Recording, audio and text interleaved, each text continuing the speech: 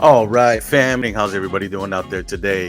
Thank you guys again for joining Coffee Call. This once again, if you're on Facebook, please share with your friends, tag someone, because you guys do not want to miss this awesome conversation I'm about to have with one of my closest brothers of mine. And if you're on YouTube, or if you're not on YouTube, go ahead and go on the YouTube channel, Free Life Community Church, like it, subscribe it, share it, do what you got to do with it to continue to support. And once again, Coffee Call is just um, a channel or a show or a conversation where I get to just bring a bunch of my friends on from different places of life, doing ministry or things that they are called to do, as God has called them to do, and just talk about what they're doing, what they're passionate about, what fuels their love to do what they do for Jesus. And so thank you guys. And today I have a wonderful brother up conversation. He's a father of three now. Yes, three boys. Wow. He's going to talk about that. And he's a poet, spoken word. And some of you guys have seen stuff on Instagram. You guys know this guy's on fire. And he's also a pastor. Man, he's doing everything. Pastor, young adult pastor at Light and Life Christian Fellowship. They're also my sending church as we are continuing to plant for next year. So I'm going to bring this brother on. Let's all welcome Alexander James. What's going on, brother? Hey, what's up, family? What's going on? What's going on? I think the first time I met you was at PG's church, right? Possibly. And you were doing, and that's the first time going to PG's church. Shout out to my brother Anthony PG. Shout out. And you were doing spoken word. Now I've heard spoken word before, but I heard like the '90s version. You feel me? Like Def Comedy Jam version. Got it. So when they say he's coming on doing spoken word, I was like, okay, cool. But the way you did it was probably better than some of the best preachers I've heard speak about the gospel. And so I was like, I gotta get this guy's info. And that was about like 8, 7, 8, I don't know, like 5 years ago, 5, 6, at least 6 or 7. Yeah, and from there we started walking together, did ministry together, and now working together. Ain't that a trip? Yeah, man. What you got? What do you do?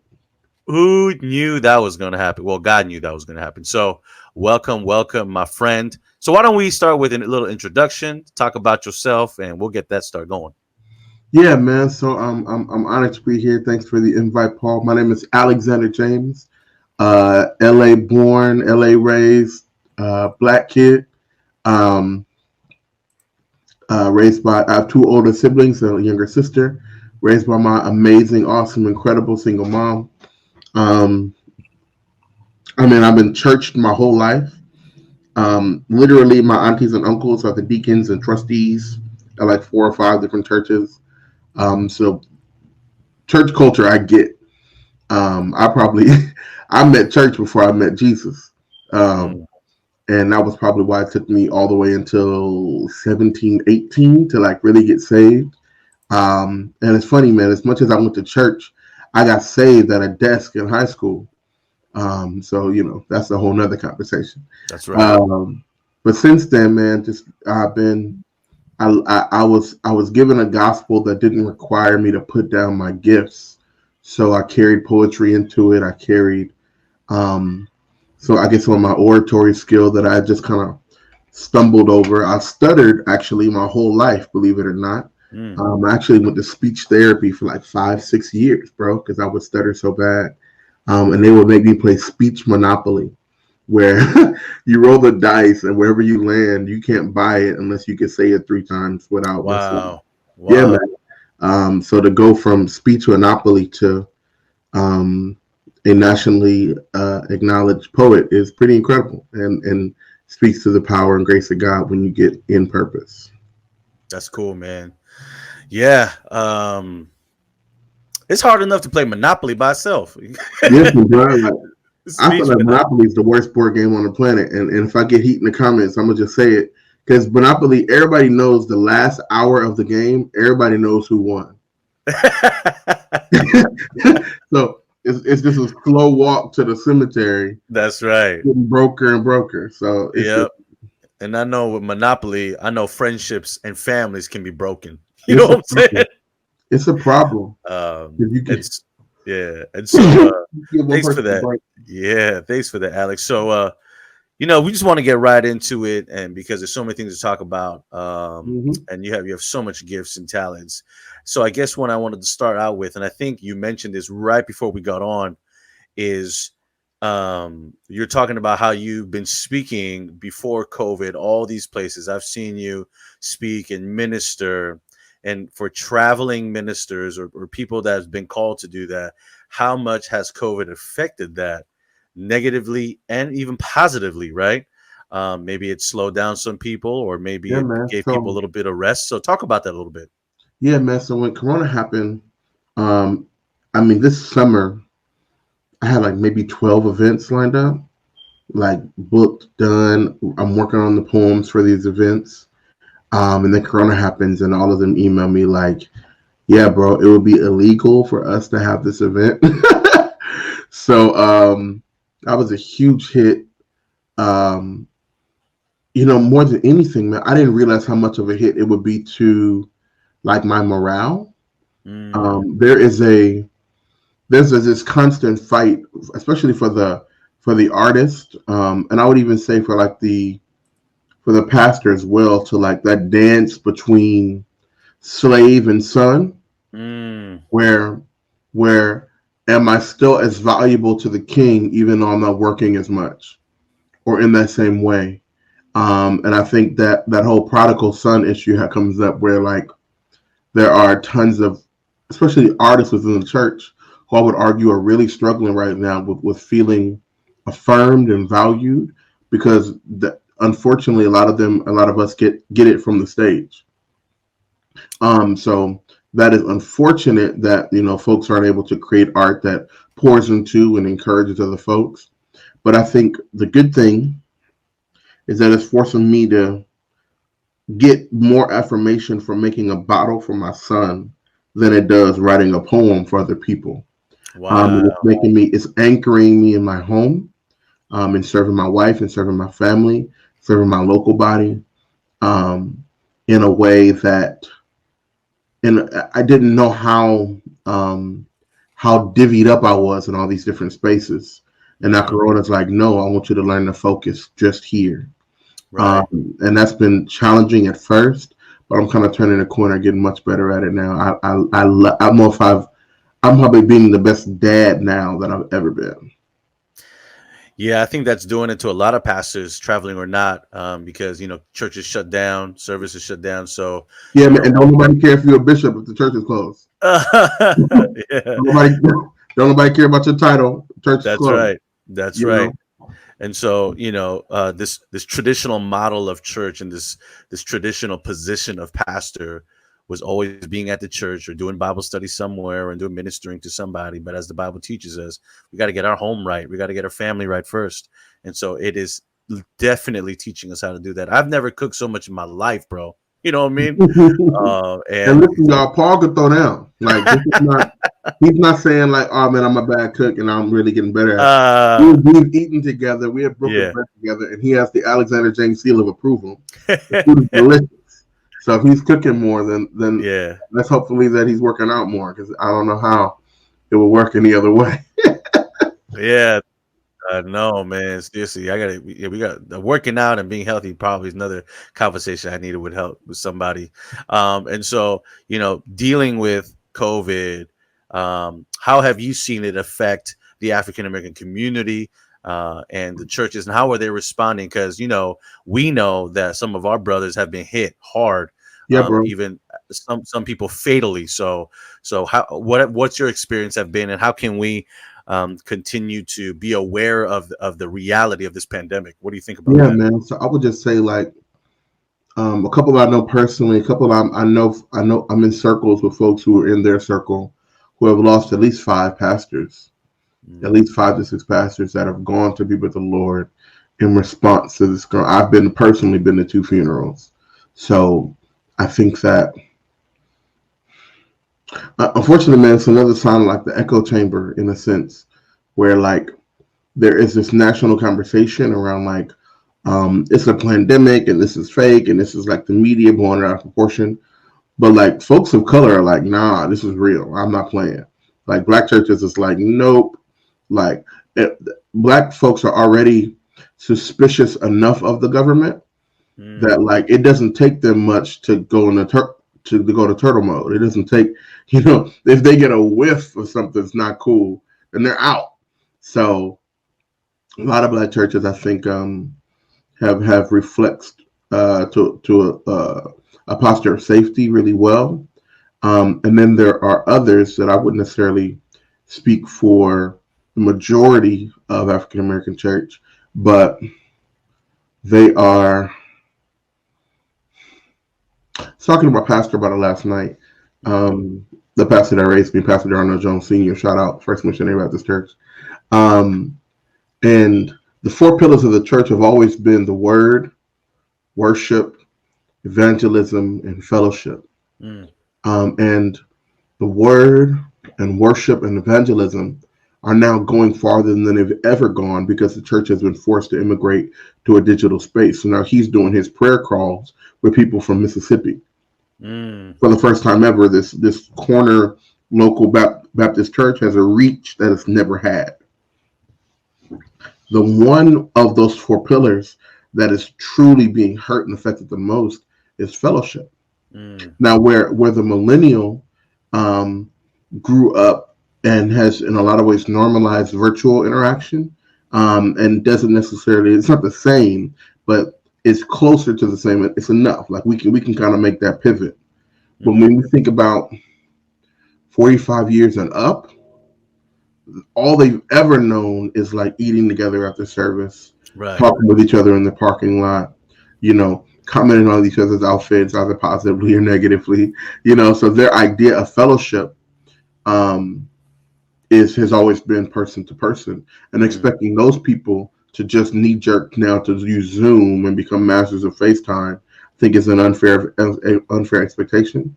So what he's realizing is that a lot of his members are just lonely, and just like need somebody to spend time with because they've been locked away in their homes, which I think is a real struggle the church, especially the African American church, has to figure out what is the middle ground for fellowship during Corona, because just not doing it at all is putting a lot of the older seasoned saints mentally and emotionally at a detriment. Yeah. Yeah, it's interesting that you said not just physically, but emotionally and spiritually as well. And I know you've there was a call that you did talking about millennials at the church and why they leave or why they stay and stuff like that. So one of the breakout session that I was in was with a pastor leading an African American church, and she was like, "Yeah, it's not just physically that people are hurting, but they get calls from like their grandmas and the church moms, and they're like spiritually and emotionally they don't know what to do, right? Because all their life they've been together, right? All their life, and the church is not just, and church for especially people of color, it's not just a place of worship, it's home, right? It's family. So imagine you can't see your family for 3-4 months and they're just right across the street. That does something to your psyche, right? And so it is a situation that we're going through. And this is a great segue. You kind of turned it upside down, but it's all good. But it's a great segue because I know that you are a huge, not just an advocate, but also a participant and a leading catalyst, right? All these words of how we can, as the church, be effective in the digital world, in the digital realm, in the online community. So tell me the work that you're doing right now in that area, because you love gaming, right? And for some reason, gaming has not been in church for a while, but now, it's on there. So talk to me about that. Yeah, man. So I think the best way to put it is that a couple years ago, there was this global phenomenon. A game came out that literally changed everything. I was in Chicago at the time speaking at the Legacy Conference, and this game comes out called Pokemon Go. Pokemon Go comes out and you can download it to your phone and literally walk around your physical neighborhood and catch Pokemon. I And the remember. world was upside down. They were preaching against it and how, oh, you can go for Pokemon, but you won't go for Jesus. And like, like all this stuff. And what happened is that millions of churches, Paul, became Pokestops. Now in the Pokemon Go app, you need to go to a Pokestop to get more Pokeballs so you can continue to play the game. I'm not going to go through all the details, but essentially, all these churches started getting foot traffic. Mm. People that have never been to their church are literally walking to their church as their goal. Like I daily, weekly, I need to go here to get more Pokeballs so I can continue playing my game. And the church was not ready for people to come to it that it didn't plan on it being there. And how Right. unfortunate, how miserable a testimony is it that people are just walking up to the church and we didn't have lemonade ready. We didn't have hey, thanks for being here. This is who we are. That we're about like, well, what Pokemon did you catch today? Well, normally our church has a lot of Charmanders and Bulbasaur. It's like if the church was versed in that culture, how many people could have been added to the faith? Wow. How many people could have at least began fellowship? How many Wow. phone numbers could we have gotten? But the church has decided that it refuses to be a student of any culture other than its own. Wow. So here's what the church asks of the unbeliever. Um, we have a general belief that your life is crap. So come here. We're going to sing about a guy you've never heard about for like 30 minutes. Then we're going to give an offering. We want you to give money to a book and a guy you've never heard about. Then listen to a lecture for another 30 minutes about a book and a guy that you've never heard about. And then I want you to make a life-altering decision. Now, that is a very simplistic way to put it, and I'm not taking any power away from the atmosphere and the power of the Holy Spirit and the authority of the Word. I'm simply saying that we have created quite the mountain for the unbeliever to climb to be able to get into the boat. And I think all I see through the Gospels is Christ lowering the drawbridge for other people to get in, not expecting them to climb up to it. Wow. And I think one of the ways that one of the cultures, one of the islands that the church needs to journey to and toward is toward gaming and nerd culture. Mm-hmm. They have been the wounded man that the priest and Levi has been walking past for the last 20, 30 years. And while we've been walking past them, gaming has been making more money than the porn industry for the last 10 years. Mm. So we're talking oodles and oodles and oodles of money. We're talking millions of people playing at least 30 to 45 minutes a day. We're talking 57% of all gamers being women. We're talking about the average gamer being 29 to 30 and married and working a full-time job. We're talking about the normalizing of an entire culture with its own language, ethos, understanding, and the church refusing to even embrace it. But not only Wow. that's at best we ignore it. At worst, we demonize it. So what happens is that you cannot tell a people you love them and say their culture is stupid. Is Mm. you they won't believe one or the other. Right. So what the awesome work that I've been able to do when Corona happened, I said, hey, since we're not having church, it might be a good time to rethink church altogether. So I got some friends together and we developed this resource called 3D, Developing Digital Disciples. And it basically walks you through if you never ever played a game before in your life, all the way to how to put on your very own gaming tournament. And essentially walks through these 4 phases, and then I'll be done.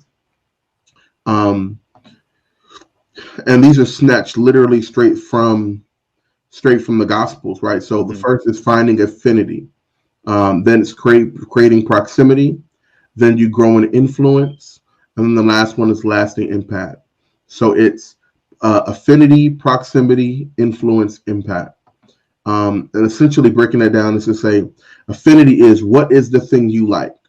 Now, youth and young adults have been leaking out of the back of the church for years, but they're not disappearing, Paul. Right. Right? They're somewhere. So finding affinity is literally just saying, what is the thing you like?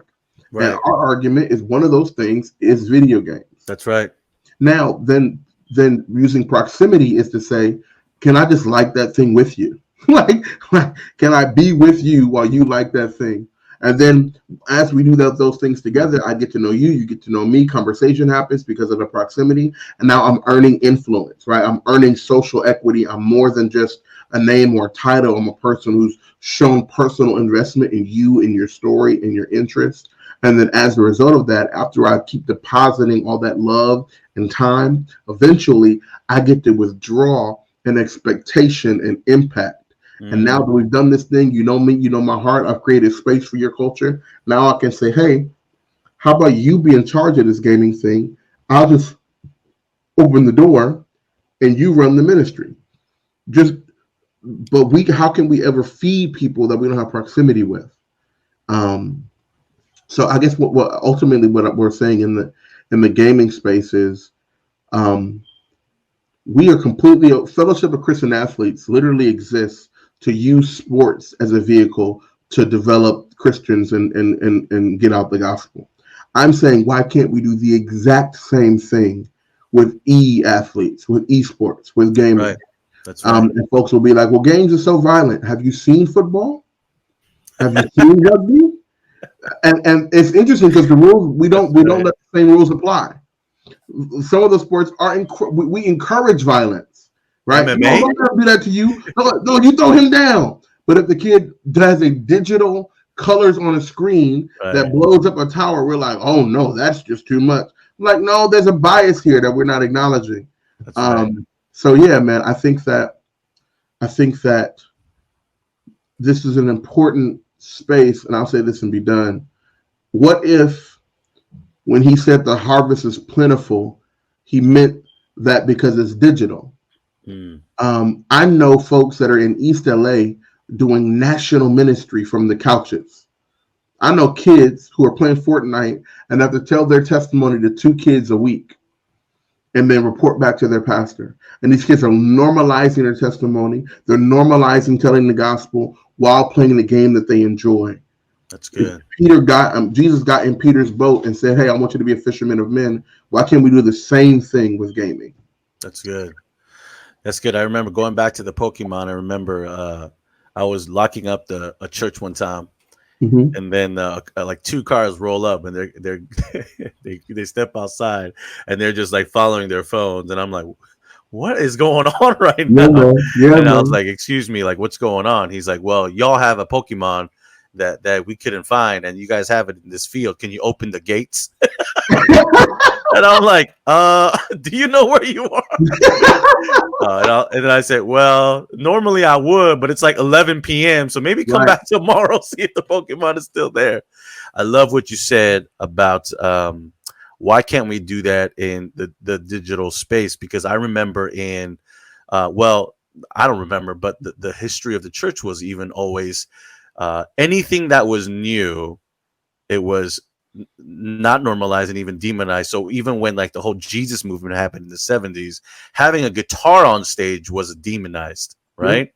And then now in the 90s, when we started hearing Christian hip hop artists, we're like, Christian rap, what is that? No. And so you remember you remember X Ministries? There was a literal ministry. All he did, this guy, I won't say his name, but all he would do is travel the country preaching how Christian hip hop is the devil. Yeah. And like now they're getting Dove Awards and that guy's gone. You know, right. So it takes somebody like you, I think, or it always takes a pioneer. Like we need somebody. We need a prophet, pioneer, sometimes a martyr to go into these spaces and be like, no, listen, this is the word that God has given me. And because it's biblical, because it's truth, God will use it. God will use it, and God will use us to bring the light into the darkness. Because I think it's if we don't continue to expand the limited mind we have to use for God, we're missing the creation of God. Period. We're missing. Yeah, man, and I would even say there's a section in the resource we created called "So When Do We Start Having Church?" And Mm. I authored that section because I know there's tons of folks who are going to hear this and go, "You're just trying to play games during church," right? I know that. Why you got to do that voice though? Who's Because that? that's the voice they have. That's every lead Every pastor, what? every lead Every pastor lead who is pastor. no. What I'm saying is, I get um, you. if we the most folks pushback is, but I don't play games, Mm. and I hear that. I hear you, but underneath that, you're assuming that every aspect of ministry you need to enjoy, which is Mm. centering your comfortability and not the disparity of the need. Number one. Number two, That's right. we God wraps himself in flesh and becomes a baby and learns to walk and talk and eat, and we can't like twiddle our thumbs. You know what I'm saying? Like I guess what I'm saying is like there is an uncomfortability that I think the church needs to be more willing to embrace to reach. Um, I mean, I'll say this and then I'm done. Like, there's a really popular fighting game called Smash Brothers, Yeah. one of my favorite games ever. Yeah. And that community is wrecked right now, Paul. The Me Too movement has hit the Smash Brothers community.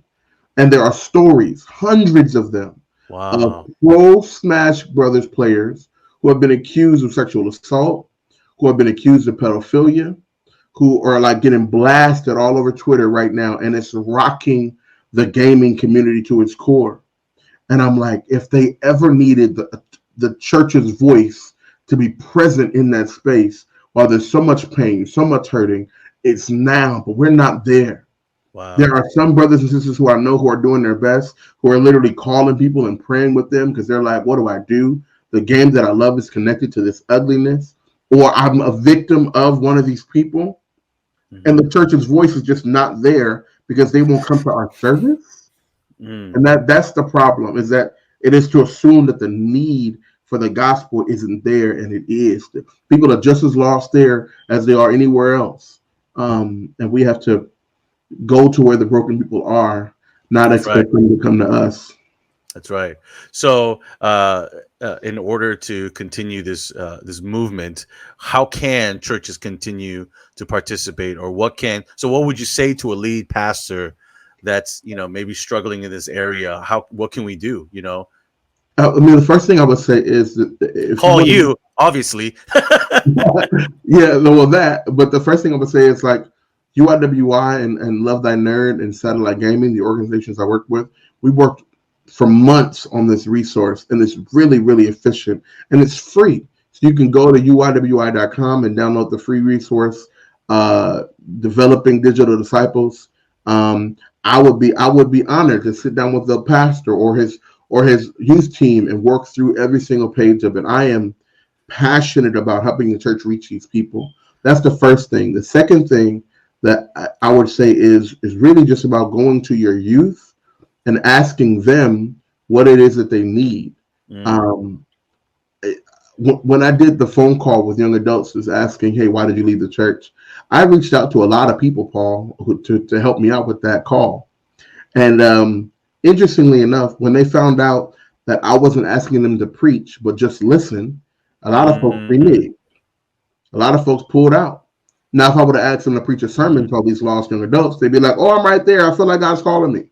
But when you ask, unfortunately, when you ask certain Christian leaders to listen, they're just not as apt. Mm. The next thing I would say is literally go to the folks who are your constituents and just ask them what they need. Find Mm. affinity, right? Find the thing that they love and let That's them right. do it there. And then watch how any affinity can become a pulpit, whether it's That's right. sports, whether it's gaming, whether it's the Christian motorcycle club. Like all these things can become pulpits for the gospel, if the church is willing to undergird those things. That's right. That's good. That's good. And I know you are having this conversation with leaders and Christian leaders, and this is a great segue of you also, and not just the gaming culture is on the rise, and there are things over there, but we're also seeing a huge rise. Well, not a sudden rise, but for some reason, and I think it's because of social media, um, the culture and the topic of race, right? Mm, And that's another section and topic that you and I have different experiences in, but also similar experience. Because just like you, I'm from LA. I'm from Koreatown. Yeah. Koreatown before even there was Korean people, right? There were a Wow. few Koreans just buying up buildings, and they said, you know what? Because money talks, right? They just said we're gonna name this Koreatown, and so and I know one of the things that you're doing is having conversation, not just conversation, but training our white brothers and sisters that are Christian leaders about the topic of race. So, Yeah, so man. talk to me about what you're doing in that field. Yeah, man. So there are two ministries right now that I'm working in like racial reconciliation, like consultation with. One just kind of being a sounding board, and the other like helping them implement it into the policy and procedure of their church. Like, how do we ingrain this language into the ecosystem and just nature of the church itself? And let me say here, like, because I know folks are going to hear that and go, "Why? Why would you do that?" And let me just say, it's incredibly difficult. Mm, Um, it is propaganda put it best that um, I should not have to tell you the color of your boot to convince you to get it off my neck, right? wow. So it is difficult um,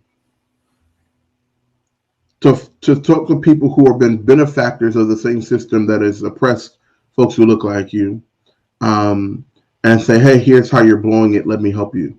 Hmm. When they first asked me, one ministry, I really felt like God kind of let me say no to. And when the other two asked, I prayed about it, and I was fixing my mouth to say no, and God was like, hold on. And two stories when He reminded me first of Ananias. Ananias being the one who discipled Saul into Paul, who helped the scales fall off his eyes. Hmm. Saul being a bounty hunter of Christians. And then, on his road to Damascus, bright light falls off his beast. He's blind. And God reveals himself to Ananias and say, hey, I want you to help this guy. And I could just hear the desire for human justice in Ananias's heart to say, hey, but this guy has been killing my brothers and sisters.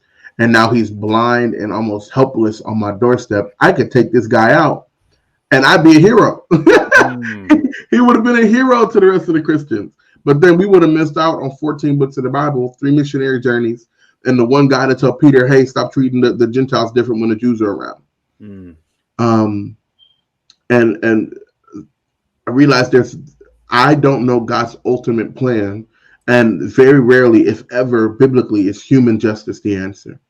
And by that, I mean when humans take retribution into their own hands, actions, schemes, and devices. hmm. And then secondly, man, I thought about Jonah. Jonah didn't like the Ninevites for a reason. Back in First Kings, they robbed and pillaged his people, stole the gold from the temple doors. And the Bible says when God had his way, they ran to Nineveh. So you have a guy who has a race, a historical issue with this ethnicity of people. It was like apples to apples. And when he tried to go the wrong way, he ended up in a fish. And I said, God, I definitely don't want to end up in a fish. So let me go have these conversations. It was a benefit to be able to work with Liz Cornell, who's just an awesome speaker, teacher, writer and we kind of worked out this curriculum called The Love Required of Us. It'll be published next month through Light and Life Press. Um, Wow. and essentially, my responsibility is to kind of use my story and facilitation skills to walk them through this curriculum that really just expands Right. on the history of racism, defines it, Right. and says both how it's affected in the church, and what should be the biblical response and requirement of it. Right. So, what do you think the church's response should be when it comes to action now, right? So racial reconciliation theory, Mhm. critical race theory, model minority. We have all these theories and topics that people have defined, termed, and talked about for years. And in the secular world, right? Secular world, there is a way that the world responds to these things, whether that's protest, sometimes violence, sometimes which so which can lead to policy changes. If it does, it does. If it doesn't, Yeah. there's another topic to that. What about the church, right? Because a lot of people say, and I'm going to play devil's advocate here, well, church ain't doing nothing, right? Hmm. We talk about the gospel, we talk about love, but we don't do nothing, right? And then there's other people in the church saying, well, we are doing something. We're believing in that God is going to deliver us through the Holy Spirit. And we believe in that as a tangible way of reconciliation, forgiveness, mercy, compassion. In your mind, how can we continue to visibly show the mighty faith of the mighty work of God through the Holy Spirit, but Yeah. not do it just because? You know what I mean? Yeah. Uh, Yeah. So, um, Isaiah 117 says, "Learn to do good, seek justice." Then it says, action items, correct oppression. mm, Seek action items, seek justice, correct oppression, bring justice, and you can't bring something that you don't have. So we must have acquired what the justice that he's talking about, in order to bring it to the fatherless. mm, And then it says advocacy, right? Plead the widow's cause. So I think it's both and. And here's what I mean by that. I was doing a panel earlier this week, and a gentleman kind of shared the same thoughts, and he said, well, you can't, no law is going to change the human heart, and we just have to preach the gospel." And I said, "Man, I hear you, and I'm not taking anything away from the power, authority, or just transformation that the gospel brings. I think, however, I think it's a half measure to say we just preach the gospel, but then don't have expectations of those who already have the gospel, right? mm, So here's my thing, and I say that to say, if I put you in a room with 12 guys who've been brutalized by a system and by police, and mm, then how would you encourage them? Are you going to tell them, "Oh, well, let's just go preach the gospel to them"? mm, Or are you going to biblically say, like, "Hey, let's go seek justice for you. Let's what do we have in our hands that can help us right, correct this oppression?" Whether those systems are set up, whether we win, different conversation. But the Bible's super clear about what the stance of the church is, and believers should be. And I think the best way to state it is this: that the people who claim to already have the gospel should be the main ones speaking out about in the sense of like protest, in the sense of demanding that we treat people as if they have the imago Dei, that we create laws and legislation and systems that honor the humanity of people. That right, should be the reaction of those who have the gospel. right, So normally when folks take that stance, they're saying just preach the gospel to them right. in reaction, but we very rarely hold the expectation to those who already say that they've received it to be the ones, the front runner on that. I read about a Jesus who saw a woman about to be stoned and stood in the way himself. Right. He didn't type about it on Facebook. He said, "I will literally put myself at risk." Right. Um, and then you can go the Good Samaritan story. You can go the woman at the well. Like Jesus he was almost obsessed with the marginalized. He was almost like, if you look at like his journey, he almost ping ponged from poor person to poor person, um, and was he?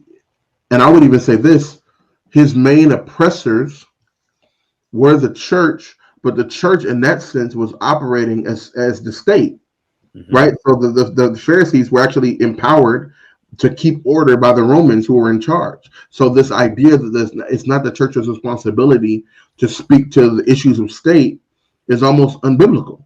Jesus is all of Jesus's ministry was responding to issues of state. And I would even argue, who who else has been given moral authority on earth other than the church to hold the state accountable? Not to become the state, but whenever the state steps out of its identity, its God given identity to be the state, it is the church's responsibility to hold it accountable. So are you saying it's so let me get this right. Are you saying it's the church's responsibility to keep the state accountable for moral justice, injustice, in all these topics. Is that what you're saying? I'm saying the church should always be the voice to hold accountable and to advocate for the ones that the state is not being the state for. The reason why God says, listen to these leaders and I'll give you these kings is because he understood that there had to be a governmental system in place to make sure that resources were equitably distributed. Right. And I think a good example of this would be the salvation of Zacchaeus. Zacchaeus is the tax collector who works for the government, who is robbing the people. Right. He's taking more money than he should. And the church's response was to go and minister to Zacchaeus. Mhm. Zacchaeus gets saved, and it changes the economy of an entire town That's because right. one guy got saved. That's But right. but if Jesus wasn't an advocate in that moment of what justice was, who he was, what the gospel's power was, Right. then not only would Zacchaeus still be hellbound, but the people on earth would still be Right. under an oppressive rule. Right. But at that time, if we're using that the Jesus and Zacchaeus story, was Jesus walking around talking about the? Well, I guess you can and cannot say that because was Jesus specifically talking about injustices, or was he going around talking about the kingdom of God? And then Zacchaeus was like, "I'm interested in what Jesus is talking about. I want to hear what this man has to say about life or whatever." You know what I mean? So Yeah, I guess man. like yeah, I would say that it's difficult to lift up the way that it should be without simultaneously bringing up what it should not be. So right, I would argue that preaching kingdom principle simultaneously helps people acknowledge what is not kingdom principle. You right. cannot lift up the right example without automatically pointing out what it should not be. So I think every time that Christ lifts up um, the law and lives it out in front of people, he is simultaneously saying what it should not be. That's good.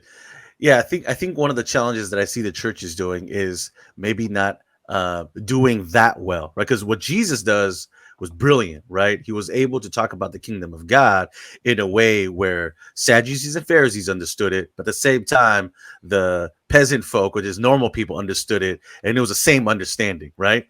Gives you freedom, and this is why, and I think people kind of gloss over this. The interaction that he had with Nicodemus is so important because he Yeah. was talking, and Nicodemus, from all his training from the law, and now he's a Pharisee, a Mhm. rabbi, he's saying there is something to this. And so there's something so much to this that I'm willing to kind of step out of what I've learned and go check Mhm. out this guy in the night, hiding from everybody because it's Yeah, so man. true, right?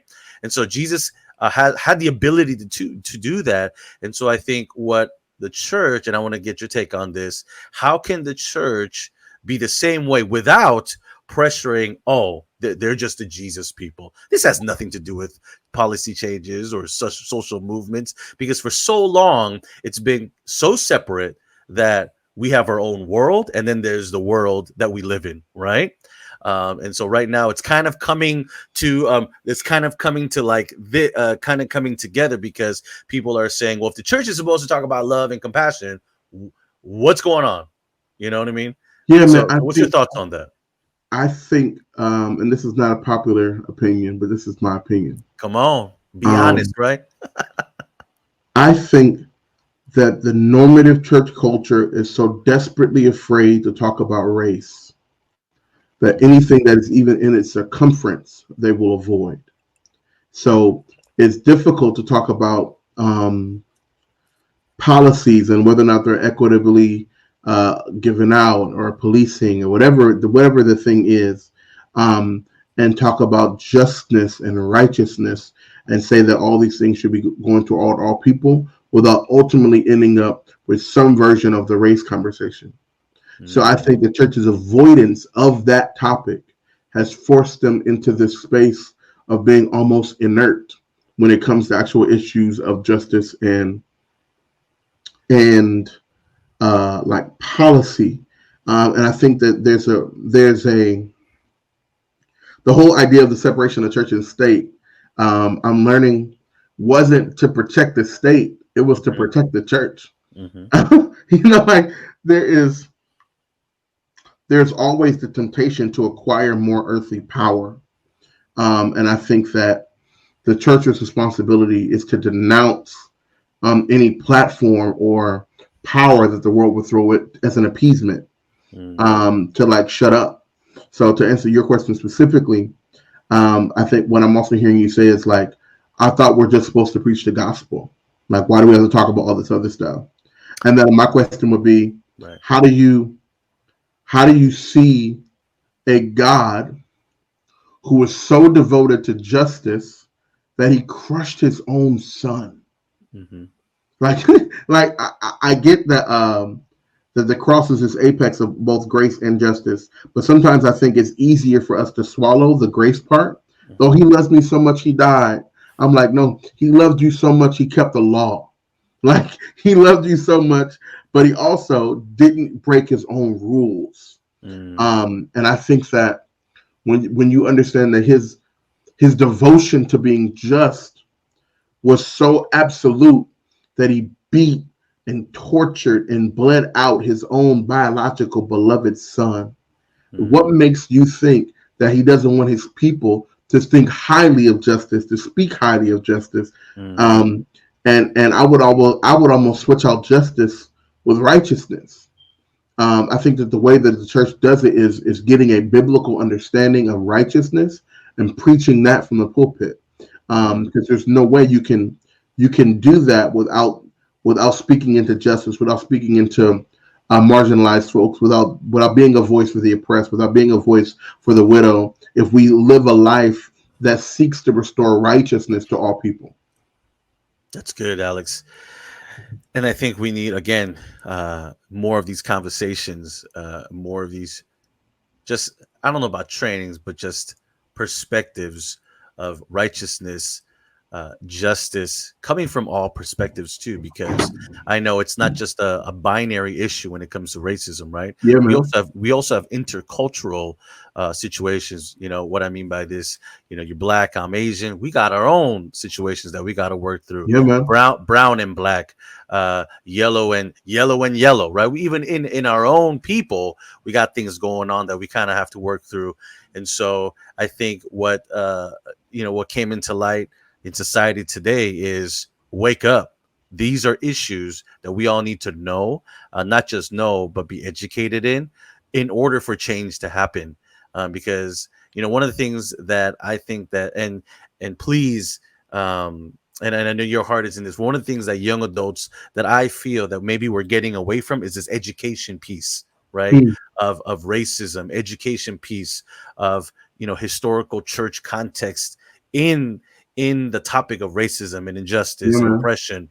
And so what they do is, and I love social media because now for me, we can reach the world. And I know a guy here, I think he's listening from Africa, but from the world that we can chime in. But at the same time, if we don't do our own research and continue to be educated ourselves, we're just using opinions as facts, Yeah, right? man. And And I so, would also yeah, say like, Bible says like in all you're getting, get understanding.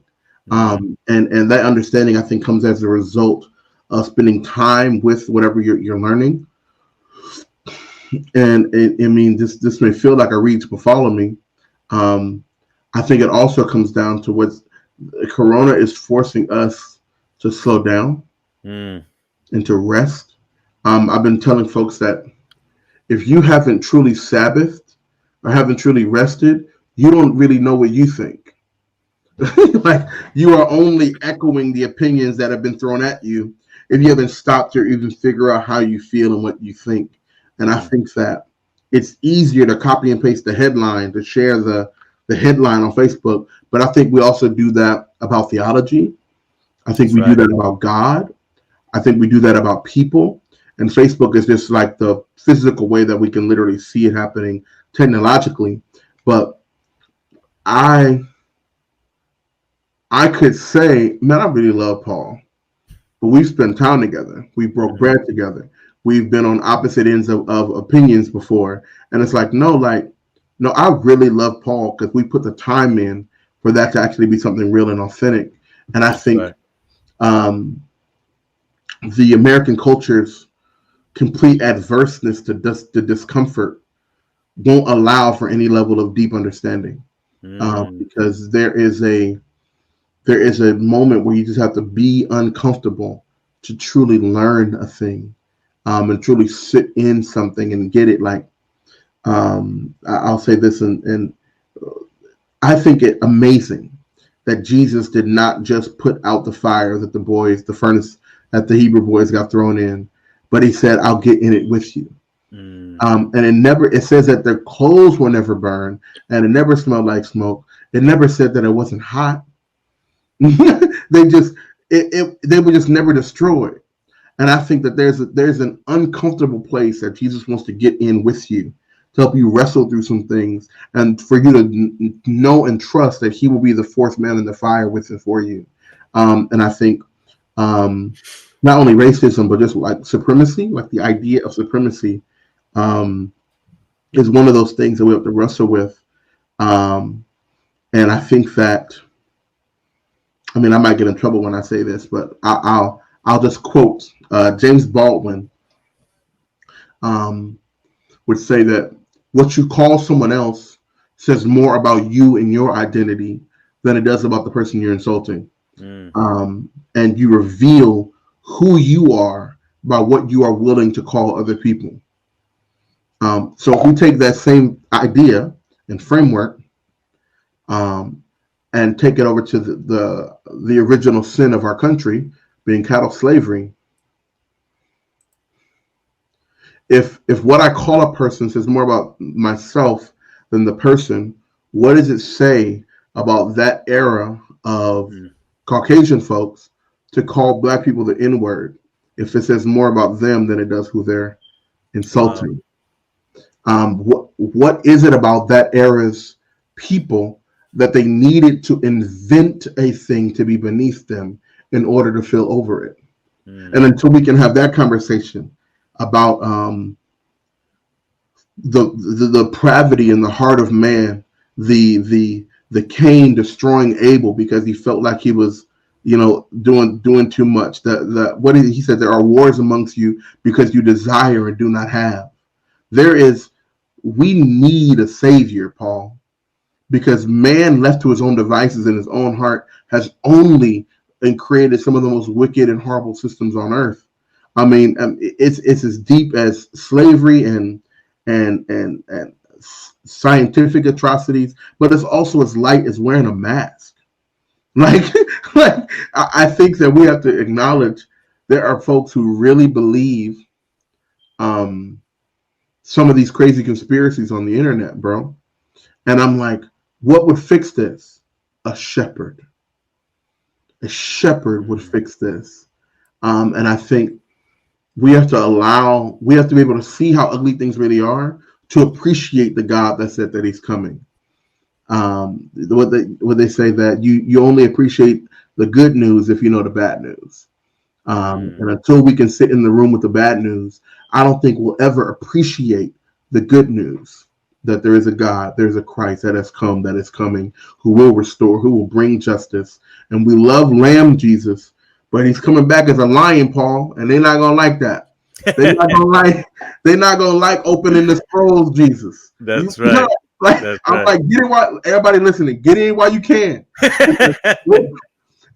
Maybe our next call we'll talk about Revelations, bro. Oh man, opening the scrolls, Jesus. You don't want that, Jesus. Right? Let me tell you, sword in his mouth, Jesus.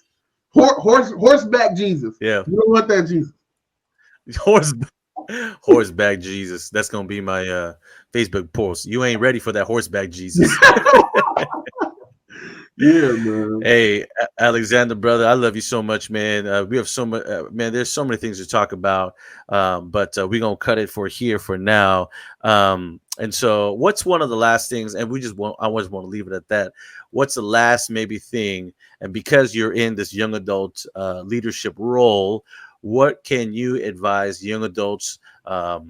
In between the ages, right, of like 18 and 30 or whatever, what can we continue to encourage them with when it comes to the state of the church, right? Are you saying am I speaking to them or speaking to the church? Yeah, let's speak to the millennials, right? Because Right. because as leaders we love the church, right? Me and you, we love the church. Yeah, man. We know the good side and ugly side, but I think in this time I don't want the next generation, so I'm thinking about my son, I'm thinking about your son Yeah, having man. this narrative like when they think about the church, old, decrepit, Yeah, man. traditional, all that's, and so what can you as a young adult leader continue to um, continue to bless the young adult generation with? I would say one, you brought it up earlier, like history. Um, the church as an organization has been the source of some incredible atrocities on earth. And that's just uh, because it was co opted by evil men who used the guise of holy motivation to do just truly awful things. However, as I tell folks all the time, you don't have a relationship unless both truths can stand in the room at the same time. That is a truth. It is also a truth that the church is the greatest force of good on earth. No question, no competition, no contest. No one is fed more, clothed more, taken in more, sent more doctors, healed more, like built more houses. Like no one has been a greater force of human service, human sacrifice, human martyrdom than Hmm. the church of Jesus Christ. And I think when we throw the baby out with the bathwater, millennials, you do yourself a disservice.